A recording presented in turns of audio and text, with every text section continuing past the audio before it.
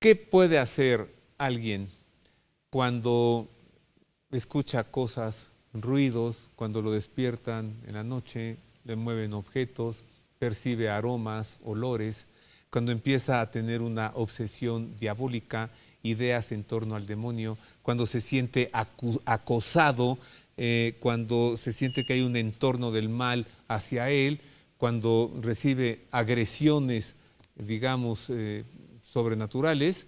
¿Y qué puede hacer una persona cuando sufre una posesión satánica? La Iglesia tiene una respuesta: es la liberación, es el exorcismo, y de eso hablaremos hoy en Ver y Creer.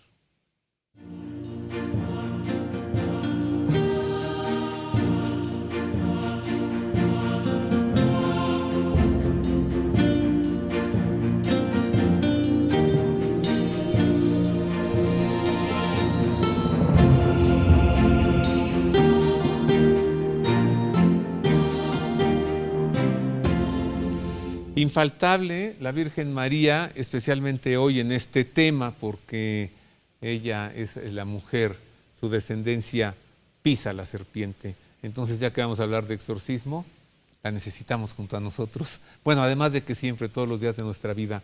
Hablemos entonces de el exorcismo. Y para ello recibo con afecto al padre Rogelio Alcántara.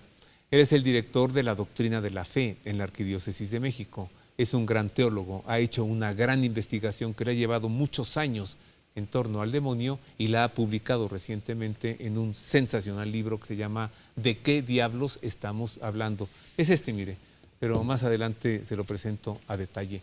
Padre Rogelio, muchas gracias, bienvenido. Con mucho gusto, Roberto. Siguen las felicitaciones de Año Nuevo, ¿no? Todavía. Esperemos que este venga mejor que el año pasado. Eso es lo que esperamos. Cualquiera podría ser mejor. Yo creo que sí. Hicimos un programa sobre la demonología, nos hablaste del demonio y dijimos, ahora hablemos de los exorcismos, ¿no? Entonces ya está claro que el demonio es real, que tiene influencia, que actúa. ¿Cómo deshacer sus acciones?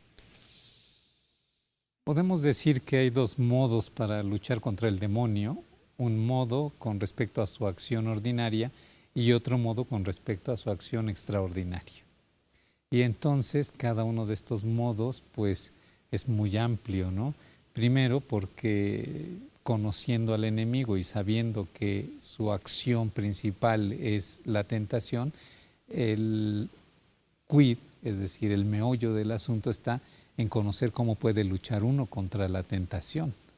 Y luego, cuando uno sabe y conoce que puede actuar extraordinariamente, es decir, interactuando ya físicamente con las personas, cómo puede luchar uno contra ello.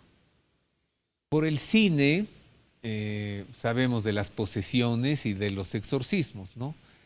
Yo vi aquella película, era yo un jovencito, qué horror, me porté bien durante un mes, ¿no? Después de verla.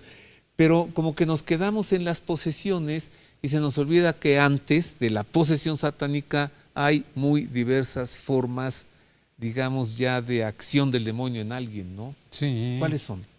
Pues hay distintas clasificaciones, pero una clasificación que se está haciendo más común es la de la Asociación Internacional de Exorcistas, que habla de la vejación, bueno, primero de la obsesión, como una obsesión psicológica, es decir, se da en la psicología humana, pero es ya una acción extraordinaria del demonio, en donde el demonio actúa de una manera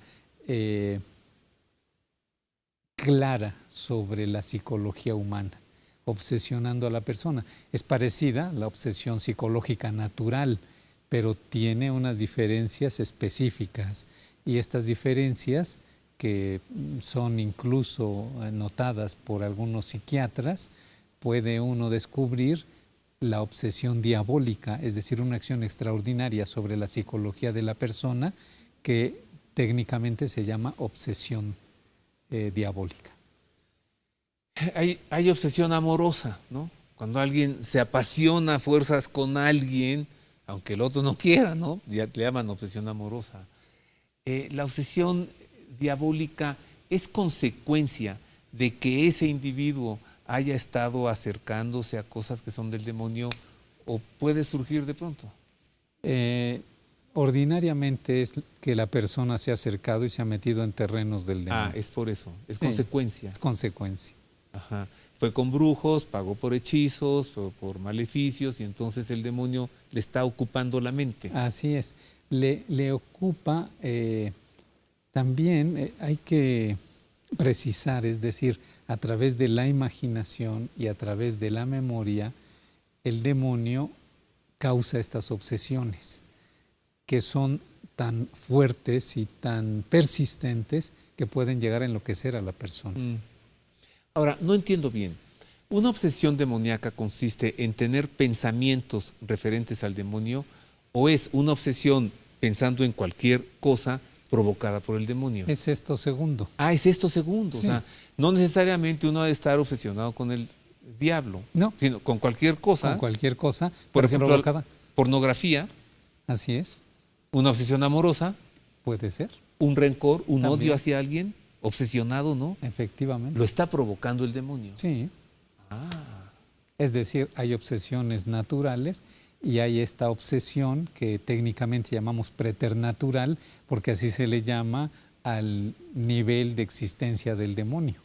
Dios está en el ámbito sobrenatural, el hombre está en el ámbito natural, el demonio en el ámbito preternatural. Y entonces esta acción del demonio se llama una acción preternatural, que es una acción demoníaca. Provocar en una persona una obsesión. Sí. El demonio no está en esa persona, no es una posesión. No, no es una Está posesión. afuera, pero provoca esto en su mente. Así es. ¿Y se puede liberar a alguien de esto? Se puede liberar. ¿Cómo?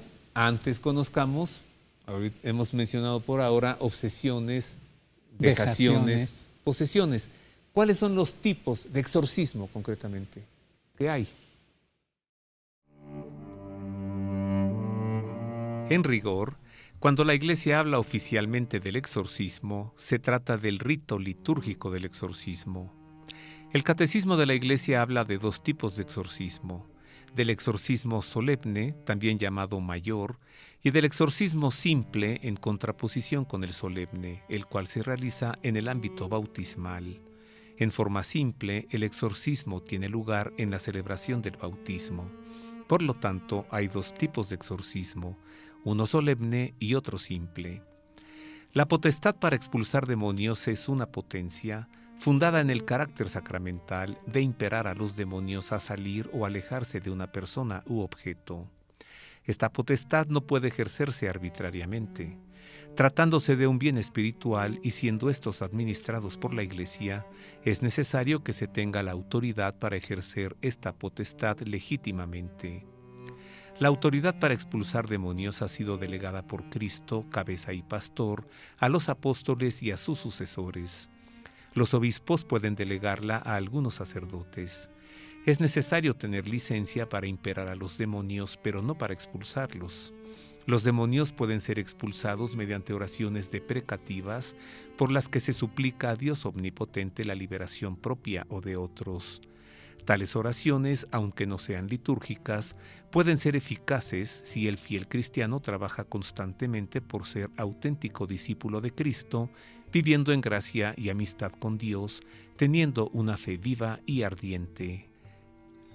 La autoridad para imperar a los demonios, como se hace en el rito del exorcismo, proviene de la Iglesia. El sacerdote exorcista debe ser consciente que, aun recibiendo la licencia de realizar exorcismos, no es dueño de los bienes espirituales que la Iglesia pone en sus manos, sino administrador de un poder divino. Por tanto, pueden ejercer la potestad para expulsar demonios todos los fieles mediante oraciones deprecativas, todos los obispos y sacerdotes exorcistas mediante oraciones deprecativas o imperativas no litúrgicas, y los obispos y sacerdotes con licencia mediante las oraciones contenidas en el ritual del exorcismo. Es decir, Padre Rogelio, que cuando se hace una oración de liberación no es porque haya una posesión satánica como tal. No, sí, se puede hacer. Es decir, hablábamos acerca de la obsesión diabólica. El demonio luego puede interactuar más físicamente con la persona, causando lo que se llama la vejación. y es moverle los miembros parcialmente o incluso golpeando a la persona, pero puede ser bajo la sensación de que ha sido golpeada o puede ser efectivamente golpeada. Y a todo lo que sucede en el cuerpo como golpes, marcas, cortadas, etcétera, se le llama vejación. Y el paso siguiente es la posesión, es decir, que el demonio es capaz de suspender la relación que hay entre el cuerpo y el alma de la persona para mover él despóticamente al cuerpo como si fuera el alma de la persona. Ah, y se puede quedar dentro de esta persona por siempre, hasta que muera. Sí, ¿O puede ser. dejar la voluntad en cualquier momento? Sí, lo que pasa es que... ¿O solo la abandona por mandato de un sacerdote? Podría dejarla como por voluntad propia, pero no lo va a querer nunca, porque podríamos decir que es como un conquistador que ha conquistado su plaza y no la va a soltar por nada, porque ahí está bien, porque está mejor ahí que en el infierno, por ejemplo. Hay un temor natural hacia esto, sí. ¿no? Que un demonio pueda entrar al cuerpo de uno mismo. Hay un temor y entonces uno quisiera saber cómo evitarlo. Y la respuesta general es: ve a misa, confiésate y comulga y no te hará nada el demonio. Pero vemos que hay casos en los que sí. A pesar de eso, efectivamente. Ajá. Bueno, primero me gustaría aclarar cómo nos referimos cuando hablamos de posesión a un estar del demonio e incluso a un estar dentro, ¿verdad? Porque hablamos en términos espaciales y es el modo de describir una acción que se está realizando, porque efectivamente, por ejemplo, en algunas vejaciones, las cortadas que tiene una persona en su cuerpo parece que se la hicieron desde dentro. Y entonces por esto decimos, hablamos espacialmente, está dentro. Pero el modo de estar del demonio es a través de su operación. Y su operación, digamos que tiene dos niveles. Una operación que técnicamente se llama adecuada y una inadecuada, que consiste en que cuando el demonio pone toda su capacidad operativa en un solo lugar, se llama adecuada, está operando adecuadamente toda su capacidad operativa ahí.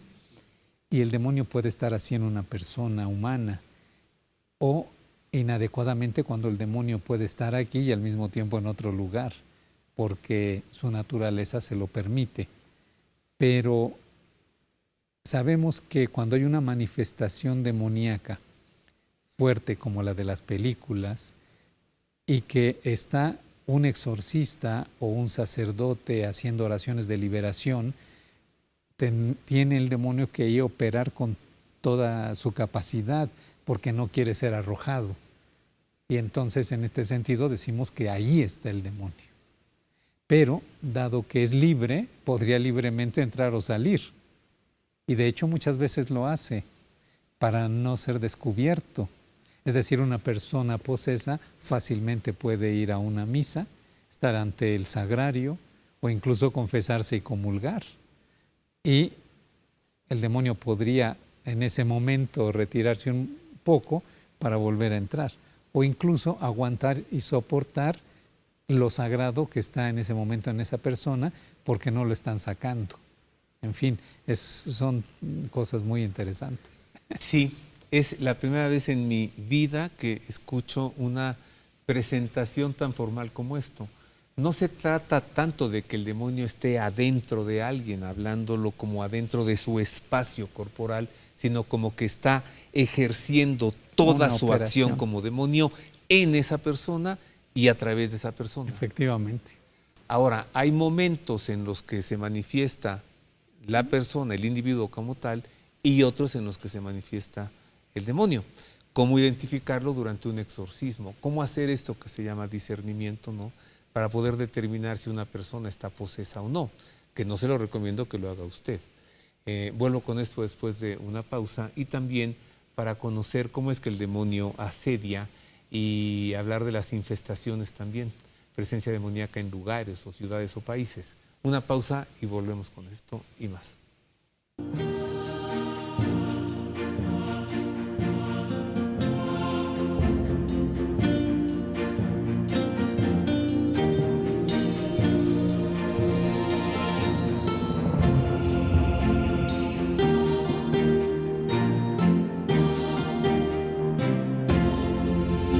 Continuamos, queridos amigos, en Ver y Creer, hoy tratando el tema de los exorcismos. Los sacramentales tienen el poder de alejar el mal y uno de estos sacramentales es la medalla de San Benito, considerada como exorcística, pues es muy temida por el demonio. ¿Cuál es el origen de la medalla de San Benito y cuál es su significado? Esto se los explico enseguida.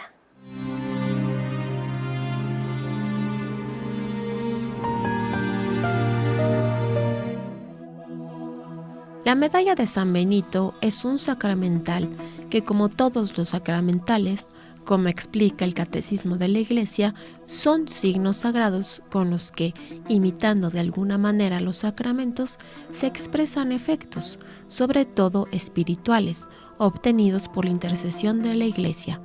Por ellos, los hombres se disponen a recibir el efecto principal de los sacramentos y se santifican las diversas circunstancias de la vida. Esta medalla, que tiene un gran poder sobre el mal, en un lado tiene la imagen de San Benito Abad y en el otro la cruz redentora de Cristo Jesús, símbolo de nuestra salvación. Las fuerzas del mal rehuyen la cruz y con ella también rehuyen esta medalla. Sobre la cruz y también a su alrededor se leen las iniciales de una oración de exorcismo que significan: Cruz del Santo Padre Benito. La Santa Cruz sea mi luz, no sea el demonio mi guía. Apártate, Satanás, no sugieras cosas vanas, maldad es lo que brindas, bebe tú mismo el veneno.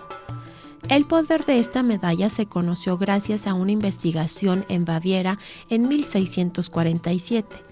Resulta que en Natterberg, unas mujeres que fueron investigadas por hechiceras, en el proceso declararon que no habían podido dañar a la abadía benedictina de Metten porque estaba protegida por el signo de la Santa Cruz.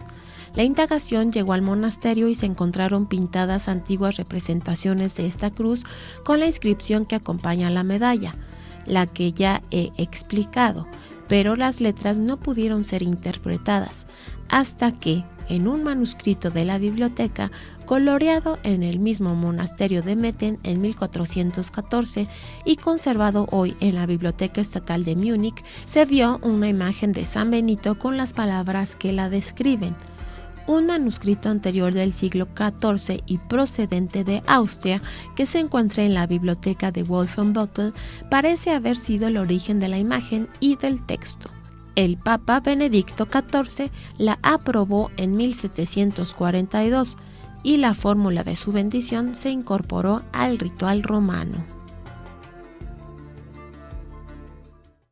Una descarga de adrenalina me hizo reaccionar según la naturaleza y un torrente de gracias me animó a luchar. Seguramente un ejército celestial que yo no veía me acompañaba allí como escuadrones desplegados ayudándome a pelear contra el demonio. Estoy leyendo, lea un pequeño párrafo del libro del padre Rogelio Alcántara que se llama ¿De qué diablos estamos hablando? Y de eso estamos hablando hoy en Ver y Creer, concretamente de los exorcismos.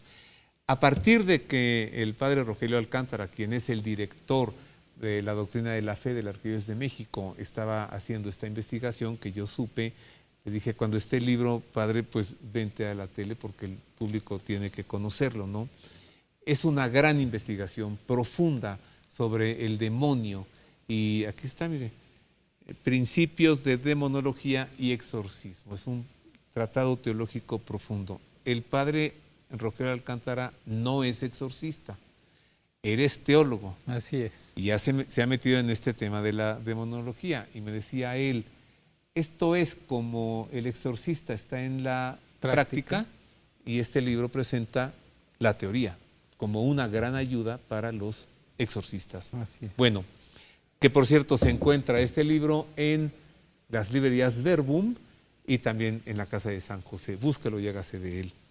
Padre Rogelio, hablemos de infestaciones. ¿Son qué? Bien, de acuerdo a la terminología de la Asociación Internacional de Exorcistas, llaman infestación a la acción extraordinaria del demonio sobre objetos inanimados.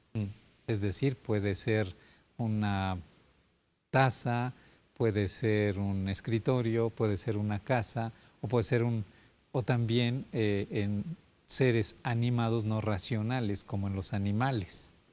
Entonces, a esta acción extraordinaria del demonio en cosas y animales se le llama infestación. Hay distintas nomenclaturas, pero he preferido seguir esta para que vayamos teniendo un consenso con respecto a los términos que se utilizan en este ambiente exorcístico. Si hay en algún lugar ruidos, olores, etcétera, y si llega un sacerdote para hacer una liberación del lugar o un exorcismo, se puede hacer una bendición, la bendición del ritual. Se puede utilizar no solo el ritual actual, sino también el ritual de 1614, donde vienen oraciones específicas de bendición de casas o de escuelas o de hospitales, etcétera. Y estas oraciones ya tienen dos partes, una parte exorcística y otra parte de bendición. Es como si la oración de exorcismo se le arrancara con ella el poder a Satanás sobre el objeto, y la oración de bendición ponerlo bajo la potencia divina, bajo Dios. Y entonces, cuando se hacen oraciones sobre una casa que está infestada, se han de hacer primeramente una bendición, y si no es suficiente, una oración de liberación de la casa o incluso un exorcismo sobre la casa. ¿Por qué puede haber una infestación en una casa? Por el tipo de pecados gravísimos que se hubieran llevado a cabo en ese lugar. O también, no solo pecados pasados, sino pecados actuales, en donde las personas que viven ahí se han metido en terrenos del demonio. Es decir, le han abierto las puertas de su casa al demonio y le dicen: pasa, ponte cómodo, estás como en tu casa. ¡Qué horror! Puede obedecer también a que alguien llevó un objeto, ¿cómo diría? ¿Hechizado o maldito? Sí, es decir, cualquier objeto es sujeto de bendición, pero también cualquier objeto es sujeto de maldición. La bendición es que un sacerdote, como ministro de Dios, toma el objeto, lo bendice, digamos, lo pone en manos de Dios. Y al contrario, lo puede tomar un brujo ese objeto y ponerlo en las manos del demonio. Y entonces el demonio utiliza ese objeto como un vehículo para ir y estar en donde se lleve el objeto. Son objetos que se dice ritualizados. Ritualizados. Sí. Al liberar esa casa, habría que sacar este objeto o, a ver, padre, neutralizarlo. ¿Se puede? Sí, es decir, si un objeto ha sido puesto en manos del demonio, la Iglesia, a través de sus sacerdotes, tiene la potestad de arrancárselo de las manos al demonio y ponerlo en las manos a Dios. Ciertamente, si el objeto es una imagen demoníaca, pues es mejor destruirla. Sí, claro. ¿Qué sucede cuando alguien puede encontrar afuera de su casa un objeto de brujería? Caja con cabezas de pollos y dinero y una serie de cosas raras allí, ¿no? O sea, ¿eso es qué? Eso es un... Puede ser brujería, que es precisamente tomar algunas cosas, ofrecérselas al demonio y pasarlas y hacer que el demonio utilice eso como un vehículo para dañar a la familia o a la persona que se quiere dañar. Todo eso es como si fuera una petición, por así decir, una oración dirigida al demonio. Se le pide al demonio que dañe a tal persona, y como está ávido de que se le pidan favores, acepta inmediatamente. haciéndole mal a la persona por la que se quiere que se le haga mal, si la persona está alejada de Dios, si está en pecado mortal, si también se ha metido en terrenos del demonio, es blanco facilísimo. En cambio, si la persona está en gracia de Dios, ora continuamente, reza el rosario, usa sacramentales, es muchísimo más difícil. Pero además de que el demonio va a dañar a aquella persona, luego va a dañar a quien se lo pidió, porque va a sentirse con la prerrogativa de tener derecho con mi socio de hacer con él lo que yo quiera. Tú me lo pediste, pues también a ti te va a tocar. Mira, Padre Rogelio, ahora que decía sacramentales. Bueno, ya Marisa nos hablaba de la medalla de San Benito. Aquí está, Santo Escapulario de la Virgen del Carmen, ¿no? Sí. Que, digamos, cuando alguien viste o porta estos sacramentales o tiene en su casa agua bendita, ¿qué sucede allí con el demonio? Bien, los sacramentales es algo muy interesante. Tengo toda una sección en este libro que hablo sobre los sacramentales para que se conozca la diferencia que hay entre un sacramental y un sacramento, para que se conozca la fuerza del sacramental, para que se sepa cómo es que tienen que ser bendecidos los sacramentales y para que se sepa qué es un sacramental.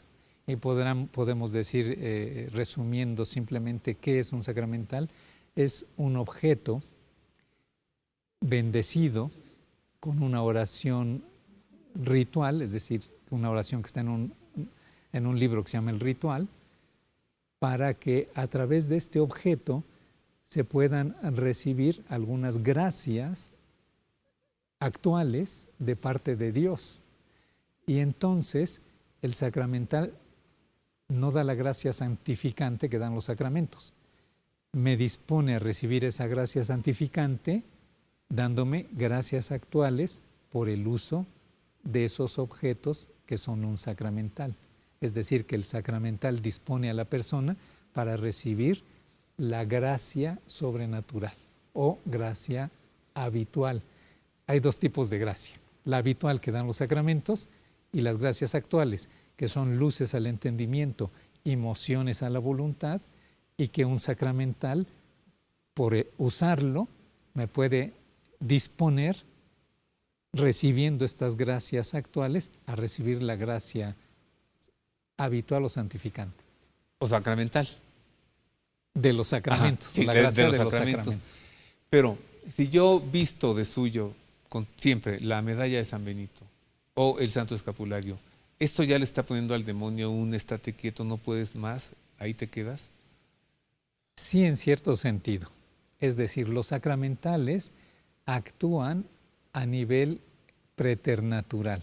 Es decir, los sacramentos lo que hacen es que la naturaleza humana la elevan al nivel sobrenatural. Los sacramentales ayudan en la lucha contra las potencias preternaturales que son los demonios. Entonces, un sacramental es como un escudo y un arma contra el demonio. Escudo y arma. Es decir, con él me defiendo y con él puedo atacar. Pero se necesita un soldado que sepa utilizar el escudo y el arma. Y ese soldado es un buen cristiano. Exactamente. ¡Ah! ¿Cuánto se aprende? Qué bonito es lo bonito. Vamos a hacer otra pausa. Volvemos para conocer el exorcismo, Padre Rogelio. Con mucho gusto. Cómo se desarrolla, ¿no? Y lo que habíamos dicho hace un momento, cómo saber si allá hay un demonio o no. Todo esto después de una pausa.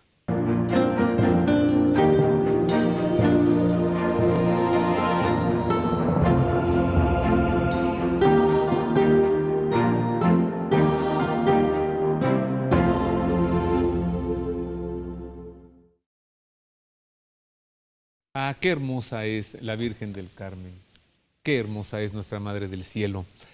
Hoy estamos conversando con el Padre Rogelio Alcántara. Él es el director de la Comisión para la Doctrina de la Fe de la Arquidiócesis de México, un gran teólogo él. De él depende aprobar, por ejemplo, los textos, ¿no?, que se le presentan para tener un nihil obstat, una aprobación eclesiástica, una El imprimatur. el imprimatur, una licencia, etcétera. Es decir, por sus manos pasa todo para ser revisado y que contenga sana doctrina y que no tenga errores. Y entonces es una personalidad él para tratar de un tema siempre polémico y difícil, que son los exorcismos, y es el tema de hoy. ¿Cómo funciona un exorcismo, Padre Rogelio? Desde que una persona llega contigo y te dice, creo que tengo, o te lo lleva, bueno, tú no eres exorcista, perdón, se lo llevan a un exorcista, creo que este niño está poseso, ¿no? ¿Qué sucede? Pues lo primero es hacer un discernimiento para ver si esta persona que han traído al sacerdote, se la pueden llevar a cualquier sacerdote, es decir, el sacerdote puede diagnosticar de qué se trata, ¿no? Si lo que le sucede a este niño es algo natural o si es algo preternatural, es decir, demoníaco. Y una vez que se hace ese discernimiento, bueno, se dice fácil, ¿no? Una vez que se hace, aunque el proceso sea tardado o sea profundo e incluso se pueda pedir ayuda para descartar alguna enfermedad psicológica o algo del estilo.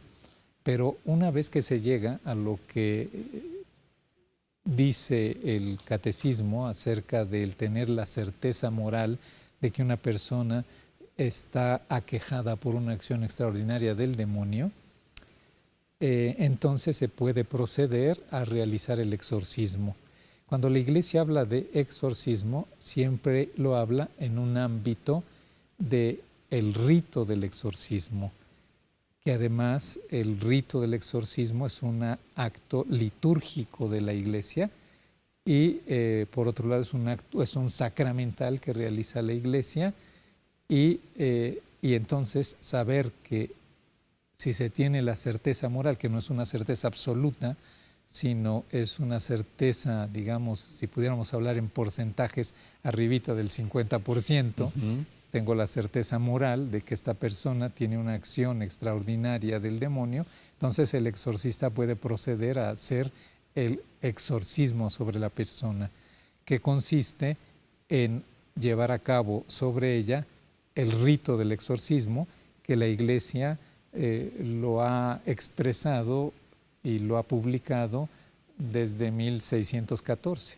No quiere decir que ahí empezaron los exorcismos, quiere decir que ahí por primera vez, aunque ha habido exorcismos en sacramentarios anteriores, pero oficialmente el rito del exorcismo que la Iglesia ha realizado desde entonces fue hecho en 1614. Y el actual, el vigente, procede de Juan Pablo II. Efectivamente, fue promulgado en 1998, publicado en 1999, después corregido un poco en el año 2004 y tiene lo que se llama la versión típica, que es en latín y que es de la que se ha de usar o de la que se han de traducir hacia las versiones de las lenguas vernáculas. Y prácticamente es el mismo de 1600 y pico.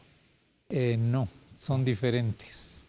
Son dos ritos diferentes que tienen una teología que se enriquece mutuamente, pero que el exorcista puede utilizar cualquiera de los dos indistintamente.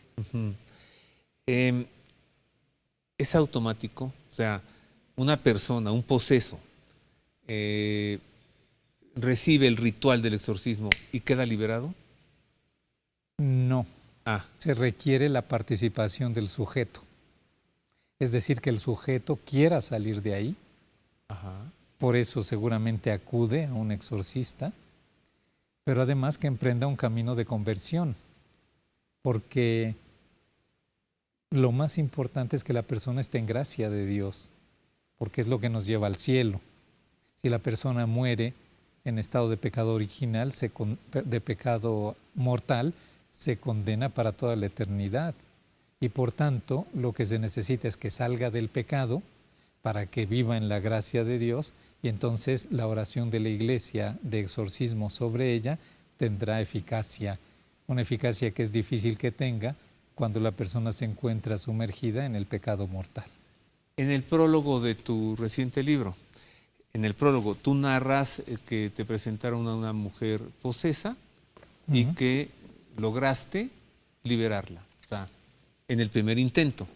Sí, bueno. Pero en otras ocasiones nada sucede, pero ni en 20 intentos, ¿o qué? Sí, es una experiencia muy peculiar que tuve y precisamente con la que comencé a internarme en estos temas. Narro ahí que me parece que fue liberada, es decir, tuve la percepción por lo que sucedía, que después de hacer oraciones de liberación, porque no fue el ritual el que realicé, y además por varias causas, ¿no?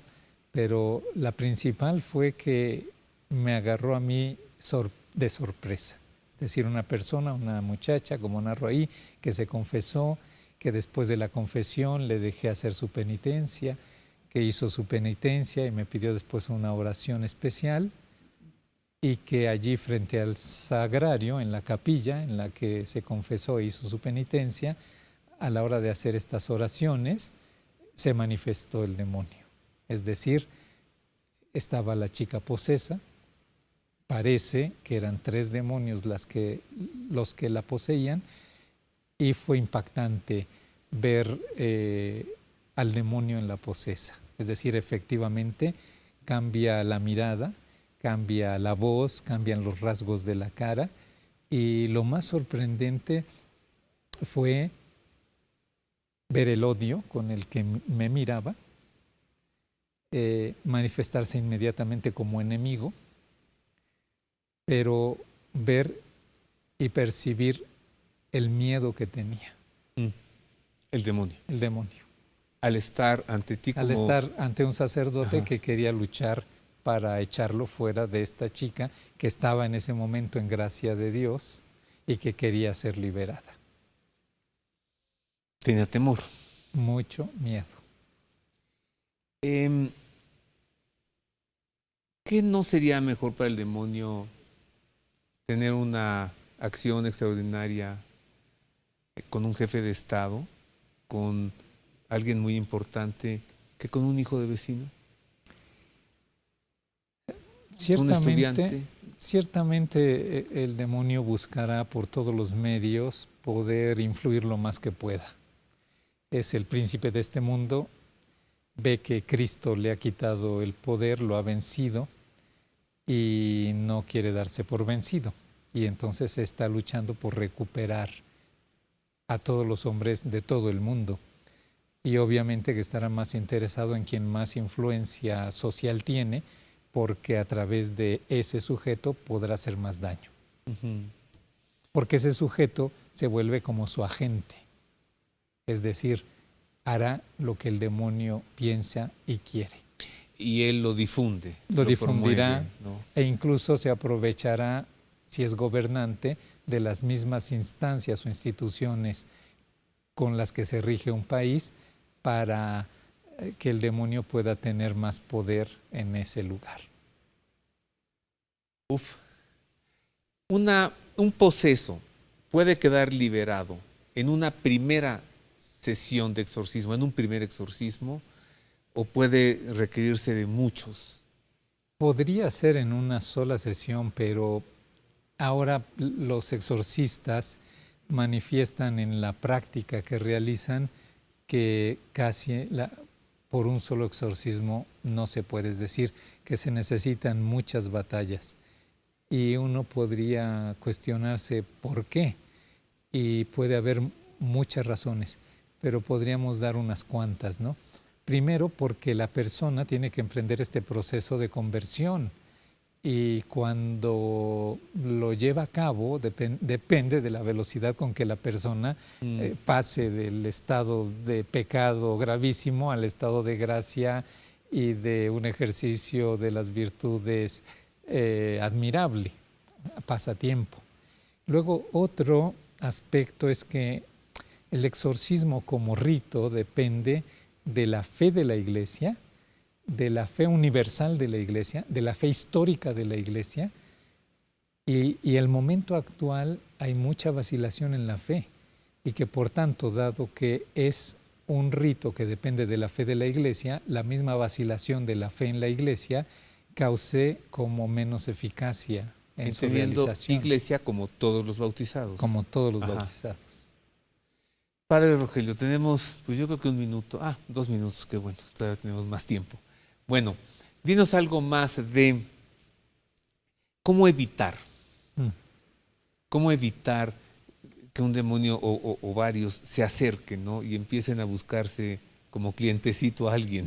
Lo primero es estar en gracia de Dios, salir del pecado, evitar caer en cualquier pecado.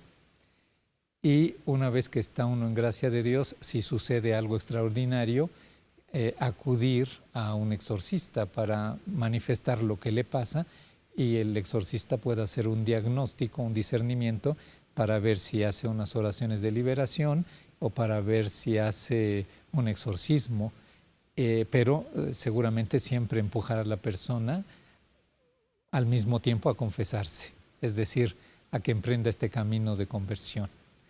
Ahora, hay pocos, ¿no? O sea, hay pocos exorcistas. Desgraciadamente hay pocos. El Código de Derecho pide en el canon 1172 pues que el obispo nombre exorcistas, y tendría que haber en la diócesis cuantos se necesitaran, porque es un ministerio, es decir, así como hay párrocos y hay maestros, sacerdotes que enseñan en el seminario y demás, tendría que haber exorcistas que ayuden en esta liberación a las personas. Ay, padre, parece ser que uno mismo se lo busca, ¿no? La mayoría de las veces. Y eso es algo que lleva muchos años. Tal vez empieza por ponerse un anillito del demonio, luego por ponerse aquí un pentagrama, y luego por hacerse un tatuaje aquí de un Satanás, y sigue avanzando, y luego va a que le hagan una limpia. O sea, esto lleva muchos años, ¿no? Y de pronto ya está ahí la posesión. ¿Sí? ¿Así es? Así es. Y de pronto, pues ahora que el padre me salve de esta, ¿no? El párroco. Pues sí, pero ya llevas en esto 15 años. Por eso insisto en que el primer medio es la conversión. El primer medio de liberación es la conversión, la recepción de los sacramentos, estar en estado de gracia, y luego ver si es necesario cuestiones específicas, oraciones específicas, la renuncia que tiene que hacer en este proceso de conversión la persona a todo lo que se haya metido, etcétera. Una cosa más en medio minuto. Eso que dije, anillos, pentagramas, demonios, tatuajes, ¿todo eso atrae al demonio? No solo lo atrae, es decir, la persona se está metiendo en el terreno del demonio. ¡Guau! ¡Au!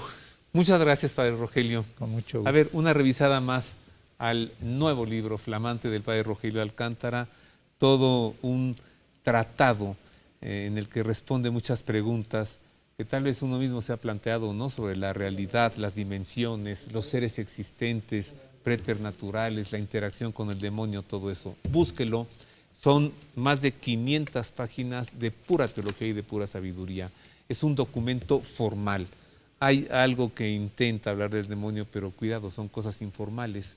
Búsquelo, lo va a encontrar en Casa de San José, también en las librerías Verbum y además en Amazon Mercado Libre.